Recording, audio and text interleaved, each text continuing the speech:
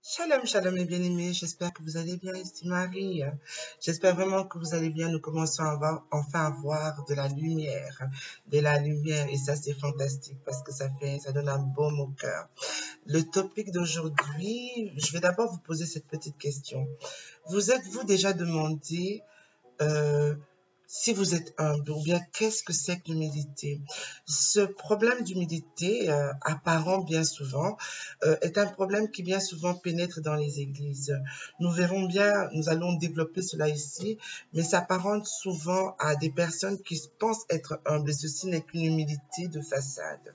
Alors nous allons nous demander qu'en pense la Bible, que dit la Bible en fait du mot humilité. Et pour cela, je vais vous demander d'aller dans Colossiens 3:12 que nous allons lire par après. Mais en fait, on va d'abord nous dire que comment la Bible définit le mot humilité. L'humilité, en fait, comme la Bible l'explique, je ressens le mot douceur, je ressens le mot modestie, je ressens le mot renoncement de soi. Le terme grec qui définit le mot humilité est un terme qui veut dire un esprit modeste, un esprit modeste. On voit donc que l'humilité est avant tout une attitude du cœur. Une attitude du cœur, une disposition du cœur. Par un simple exemple apparent, nous avons des gens bien souvent qui ont cette humilité apparente. Une apparence d'humilité peut bien souvent cacher un cœur orgueilleux et une arrogance beaucoup plus profonde que vous ne pouvez le penser. Vous verrez aussi que bien souvent les personnes qui ont cette humilité apparente commenceront par dans leur phrase en disant « à mon humble avis ». Il y aura toujours cette apparence pieuse, physique, mais qui cachera bien souvent une arrogance profonde. Si nous allons dans la Bible aussi, nous verrons que nous reconnaîtrons d'abord qui était le personnage de Jésus en reconnaissant son humilité. Ceux qui reconnaissent, Jésus dit même dans la Bible que ceux qui reconnaissent leur pauvreté spirituelle hériteront du royaume des cieux. Et cela, nous pourrons le lire dans Matthieu 5:3. Quand vous aurez le temps, essayez de prendre le temps d'aller dans Matthieu 5:3. La pauvreté spirituelle, c'est reconnaître son indignité spirituelle absolue. Son indignité spirituelle absolue. L'humilité est un caractère, est une disposition de cœur qui est requise pour la vie chrétienne. Ne l'oubliez pas, si vous voulez vraiment marcher dans une vie chrétienne qui porte du fruit, vous devez d'abord apprendre à accepter de vous humilier et d'être humble plutôt, d'être humble, ok? Donc, rappelons-nous que nous devons venir à Christ en toute notre humilité, avec humilité, pour lui confesser à ce moment-là notre péché et reconnaître que nous sommes des pauvres mendiants qui n'avons rien à lui offrir à partir de notre péché et notre besoin d'être sauvés. Donc, le reconnaître fait déjà partie d'une grande humilité. Je n'ai rien à t'offrir, Seigneur. Je n'ai rien à te donner. Je viens à toi. Je te confesse mon péché. Je te confesse ma faiblesse. Sans toi, je ne peux pas. J'ai besoin d'être sauvé. Quand vous dites déjà cela en vous-même et que vous le confessez, vous devez reconnaître que nous ne méritons rien et sommes tout à fait incapables de nous sauver nous-mêmes. Nous sommes incapables de nous sauver nous-mêmes. Puis quand Dieu nous donne sa grâce et sa miséricorde, nous devons l'accepter avec humilité. Tout est grâce. Nous n'avons rien fait pour avoir le souffle de vie chaque matin. Nous n'avons rien fait pour être en pleine santé chaque jour. Nous n'avons rien fait pour nous tenir debout. Est-ce que nous comprenons cela? Tout est grâce. Et c'est avec humilité, encore une fois, que nous allons accepter et reconnaître que nous devons lui consacrer notre vie, que nous devons lui donner notre vie et le servir. Non pas nous servir, le servir et servir les autres. Parce que ce que beaucoup ne savent pas, c'est que Christ est venu, lui qui était le Maître suprême, mais il est venu pour servir. Et quand nous comprendrons, comme beaucoup qui se disent serviteurs de Dieu, que nous ne sommes pas là pour être vus, que nous ne sommes pas là dans tout cet ego pour être mis en avant, mais que nous sommes là pour servir les autres et pour servir notre notre Dieu. À partir de là, nous allons apprendre donc à mourir. Nous mourrons pour revivre en Christ et nous revêtir de Christ. Nous devenons à ce moment-là des nouvelles créatures en Christ. Et pour cela, nous allons appuyer cette réflexion en allant dans les Écritures. Si nous pouvons prendre les Écritures pour que nous disions ensemble, comme je vous l'ai toujours dit, tout ce que vous entendez dans ce channel, faites l'effort d'aller dans les Écritures. Faites l'effort d'aller lire les Écritures parce que mon seul témoin est la parole de Dieu, la Bible, dans la Bible. Donc je vous ai demandé d'aller dans 2 Corinthiens 5, 17 qui nous dit ceci.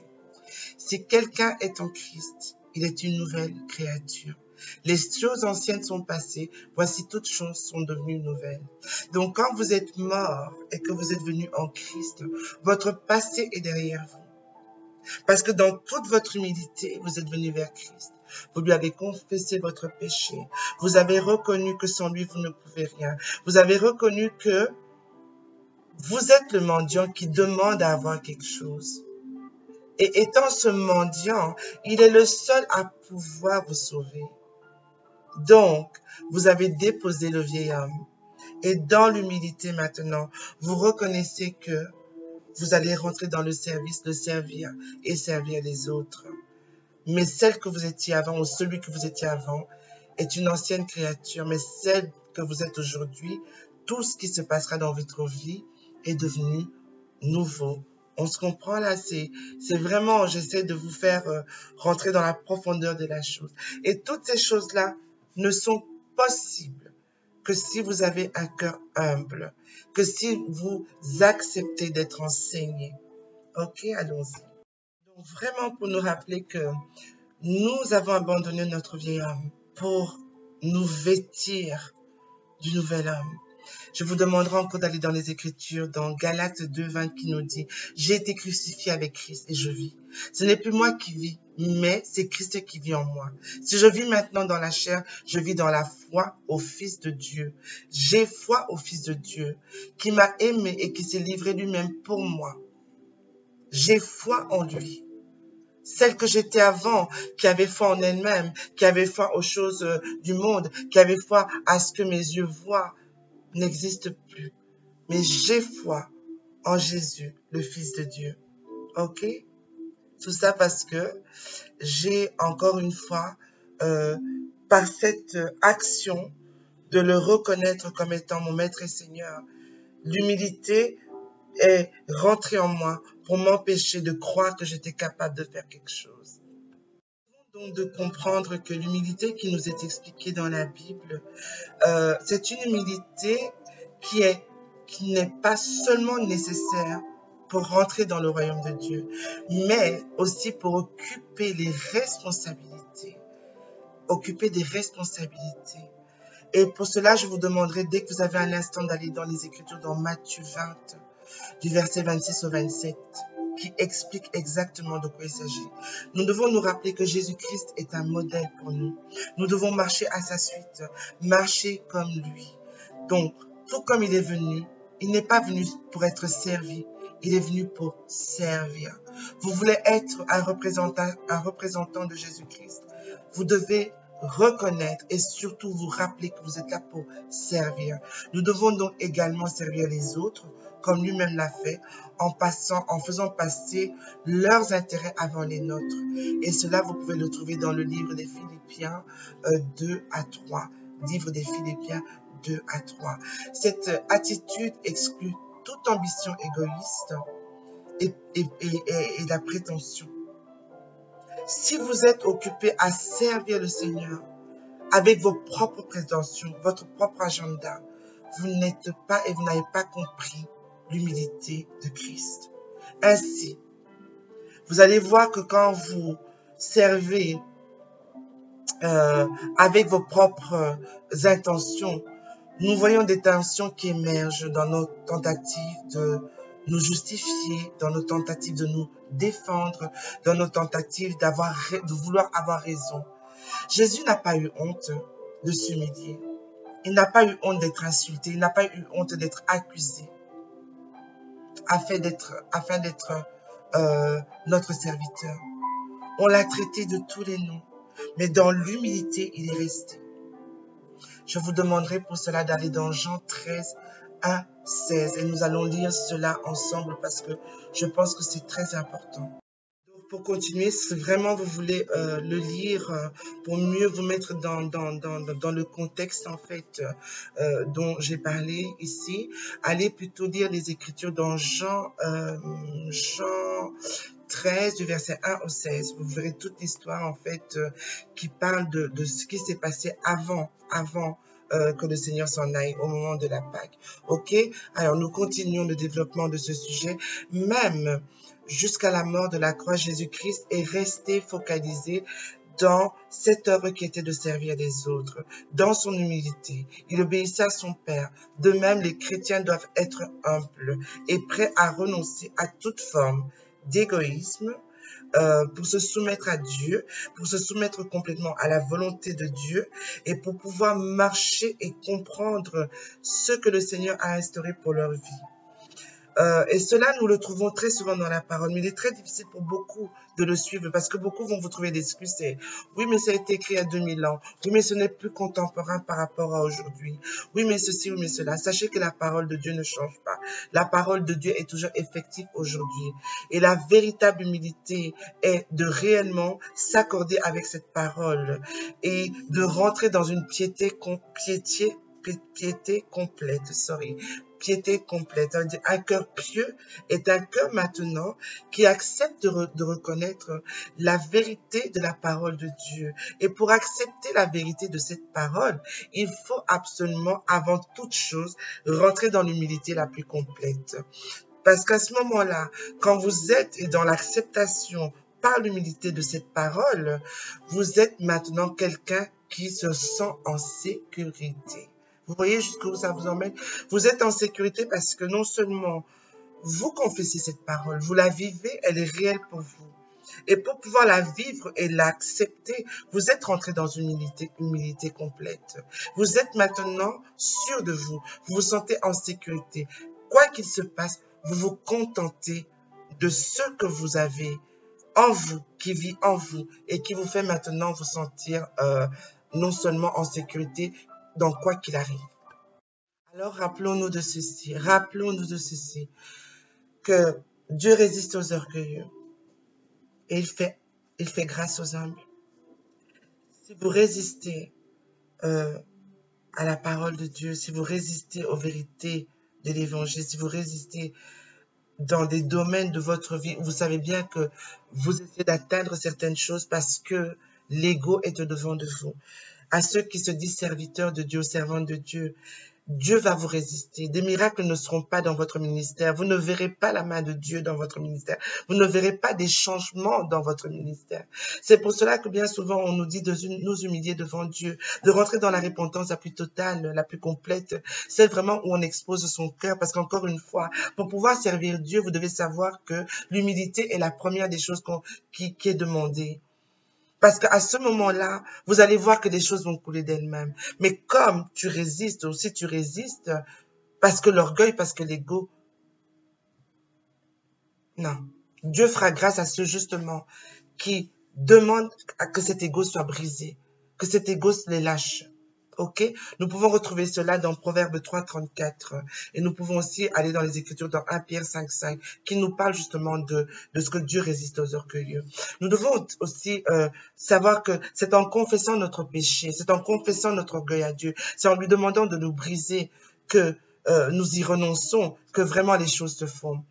En nous élevant nous-mêmes, nous nous opposons à Dieu, nous nous battons contre Dieu, nous résistons à Dieu, qui veut pourtant que nous nous humilions dans sa grâce pour notre propre bien. Mais si nous nous humilions, Dieu nous donne encore plus de grâce, Dieu nous donne encore plus de dons, Dieu nous donne encore une extension de sa bonté et de son amour. Il nous exalte même. Et cela, nous pouvons le retrouver dans Luc 14, 11. En plus de ça, non seulement lorsque nous voyons l'humilité de Jésus-Christ, qui était la parole qui fut au commencement, qui était avec la parole, qui est le Verbe devenu chair, qui a vécu dans toute la splendeur de ce qui fut annoncé, et même plus. Nous devons vivre à l'exemple de Christ. Nous devons marcher à sa suite. Nous pouvons même voir que Paul est un exemple d'humilité extraordinaire pour nous. Parce que malgré tous les dons, malgré la sagesse, Paul se considérait comme étant le plus petit des apôtres et le plus grand des pécheurs. Et cela, nous pouvons le retrouver dans Timothée 1:15 et dans 1 Corinthiens 15:9. Tout comme Paul, les humbles se glorifient de la grâce de Dieu et de la croix, pas de leur propre justice, pas en essayant de se justifier. Mais bien aimés, lorsque je prends le temps de rentrer dans des réflexions comme celle-ci, je me dis, je ne suis encore nulle part. Il y a tellement encore à faire. Comme je le dis à tous ceux qui veulent bien l'entendre, le Seigneur revient bientôt. Nous, l'épouse, nous devons nous préparer, laver notre robe, qu'elle soit sans tache ni ride.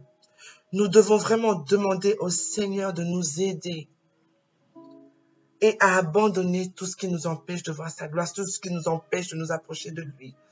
D'un cœur sincère, approchons-nous de lui. Si c'est l'orgueil, demande au Seigneur sincèrement qu'il brise cet orgueil en toi. Si c'est le mensonge, demande au Seigneur qu'il t'aide à marcher dans la vérité. Si c'est l'envie et l'amour du monde, des choses qui sont bling, bling, bling, qui brillent, demande au Seigneur qu'il te ramène à l'essentiel. Ce n'est pas facile. Mais le son de la trompette est occupé à venir. Et nous devons de faire attention, de nous nettoyer. Et dans toute notre humilité, nous devons de rentrer dans les profondeurs de la vérité de la parole et faire attention. Shalom à tous, c'était Marie. J'espère que vous avez pu vous nourrir de quelque chose en écoutant cette réflexion avec vous. À la prochaine, que le Seigneur vous bénisse. Shalom à tous, bye bye.